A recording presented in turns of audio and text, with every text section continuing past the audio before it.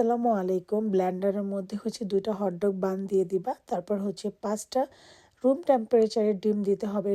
ডিমগুলো অবশ্যই রুম টেম্পারেচারে থাকতে হবে, তাহলে কিন্তু তুমি ভালো রেজাল্ট পাবা না এই ডেজার্টটা তৈরি করলে।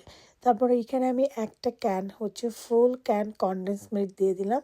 তোমরা চাইলে এখানে কনডেন্স মিল্কের পরিবর্তনে হচ্ছে তোমরা চিনি দিতে পারো, বাট রেসিপি হচ্ছে কনডেন্স মিল্ক।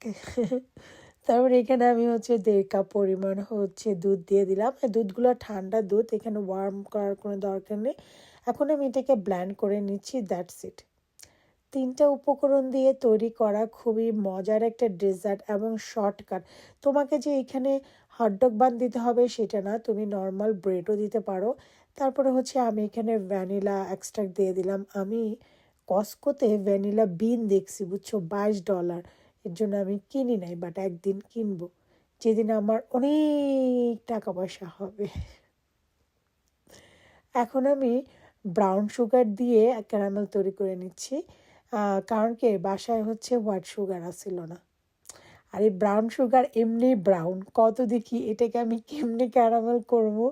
তারপরও এটাকে হচ্ছে আমি একটু পানি দিয়ে এটাকে ক্যারামেল করে নিছি, আর হচ্ছে ব্লেন্ড করা আমাদের পুডিং মিক্সচারটা এখানে ঢেলে দিলাম, দ্যাটস ইট।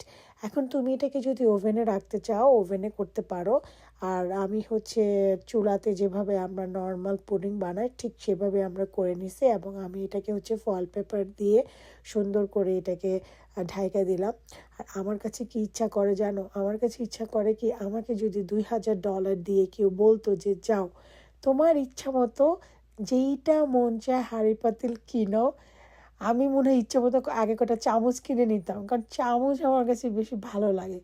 তারপর হলো আর কি করতাম, বাকি টাকা দিয়ে কস্কোতে চলে যেতাম। কস্কোর মধ্যে যে কত স্ন্যাক্স, আমার কাছে ইচ্ছা করে যদি কেউ আমাকে টাকা দিয়ে কইতো যেটা মন চায় ওইটা কিন, আমি মনে হয় কিনা ভরা ফেলাইতাম। আর দেখো আমি কি একটা মানুষ, এই পুডিংটা বানানোর জন্য এই 2টা প্লেট কিনছি, শুধুমাত্র এই পুডিংটা বানানোর জন্য।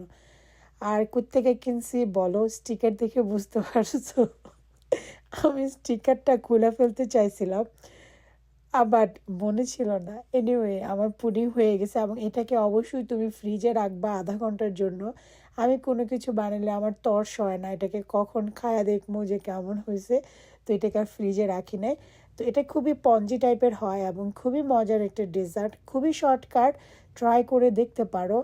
আর এই তো, তোমরা সবাই ভালো থাকবা, আর আল্লাহ হাফেজ, বাই।